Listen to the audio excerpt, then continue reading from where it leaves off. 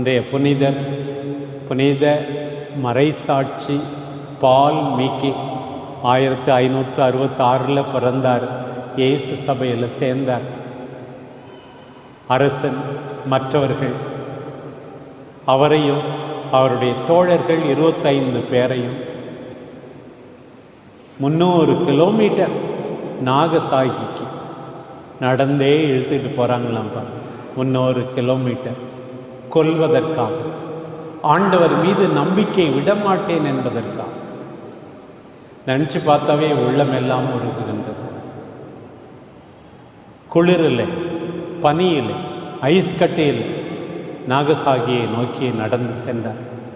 போன உடனே என்ன பண்ணாங்களாம் பாருங்கள். இந்த 25 இவரை சேர்த்து 26 அங்கே சிலுவையை நாட்டி இருந்தார்களாம் இவர்களை அறைவதற்காக. ஓடினாங்களாம், எனக்கு எந்த சிலுவை, எனக்கு எந்த சிலுவைன்னு சொல்லி.